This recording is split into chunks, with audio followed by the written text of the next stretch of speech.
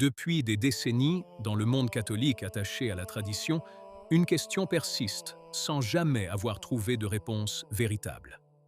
Un doute qui a traversé les âges, demeurant irrésolu, comme si personne ne souhaitait l'aborder pleinement.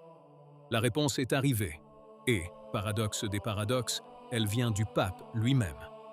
À la fin de cette vidéo, vous comprendrez pourquoi les propos de Léon XIV le 8 avril changent la donne, et pourquoi sa nomination ce même jour n'est pas un hasard. Le 8 avril 2026, lors de l'audience générale, Léon XIV a poursuivi sa catéchèse sur Lumen Gentium, document fondamental du Concile Vatican II. Ses paroles étaient précises. L'Église est un signe et un instrument d'union avec Dieu et de l'unité de toute l'humanité. Non pas un chemin vers le salut, ni le corps du Christ conduisant à la rédemption, mais un signe et un instrument de l'unité de l'humanité. Le journal Remnant, la voix la plus ancienne et la plus autorisée du traditionnalisme catholique anglophone, a publié un article qui, en quelques heures, a fait le tour du monde traditionnaliste. Le titre est sans détour. Avec sa catéchèse sur Lumen Gentium, Léon XIV prouve que la FSSPX avait raison. Le raisonnement du Remnant est simple et percutant. La fraternité Saint-Pied X conteste précisément cette ecclésiologie depuis des décennies. L'Église comme instrument de l'unité humaine universelle, et non comme unique arche du salut. Cette vision, selon le groupe Remnant, ouvre la porte au relativisme religieux, vide l'Église de sa substance évangélisatrice et la transforme en une organisation humanitaire mondiale. Pour le supérieur général de la FSSPX, le père David Pagliarani, ce n'est pas une question d'opinion.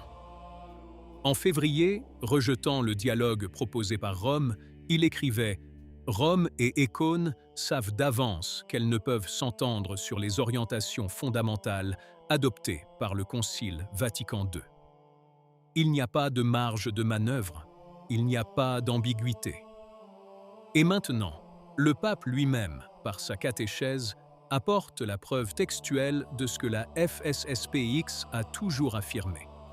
Cette ecclésiologie est celle du Concile, celle de Rome, celle de Léon XIV. Il ne s'agit pas d'une interprétation progressiste déformée, mais du magistère ordinaire du pape. Le même jour que l'audience, le 8 avril, Léon XIV nomma l'archevêque néerlandais Hubertus van Megen, nonce apostolique en Allemagne. Le nom de Van Megen n'est pas un hasard. C'est un diplomate formé en Afrique, qui a passé 12 ans en tant que nonciature au Kenya, au Soudan, en Érythrée et au Soudan du Sud. Acteur actif au sein des Nations Unies, observateur auprès du PNUE et d'ONU Habitat à Nairobi, fortement engagé dans le dialogue interreligieux et écologique, et, comme le souligne Gloria TV, un fervent défenseur du pape François. L'Allemagne n'est pas une nonciature comme les autres. C'est le pays où le processus synodal a œuvré pour la bénédiction des couples de même sexe des années avant les suppliants de Fiducia. C'est le pays où un évêque auxiliaire, Ludger Scheppers, a déclaré la semaine dernière que la non-hétérosexualité fait partie du plan de création de Dieu. C'est le pays qui, plus que tout autre en Europe, a redéfini le catholicisme selon les critères de la modernité progressiste. Et Léon XIV y envoie Van Megen. Voici le paradoxe que personne n'ose nommer. Si l'Église est, selon les mots de Léon XIV, un signe et un instrument de l'unité de tout le genre humain, alors Van Megen est le nonce idéal pour l'Allemagne. Un homme de l'ONU, du dialogue interreligieux, de l'agenda écologique mondial. Théologie et diplomatie s'accordent avec une précision géométrique. Mais c'est précisément ce que conteste la FSSPX. Non pas un mauvais choix parmi de nombreuses possibilités, mais un système. Une vision de l'Église qui engendre nécessairement certaines nominations, certains documents, certains silences et certaines impossibilités de consensus. Il y a un second niveau à considérer. Le vestige n'affirme pas que Léo XIV agit de mauvaise foi.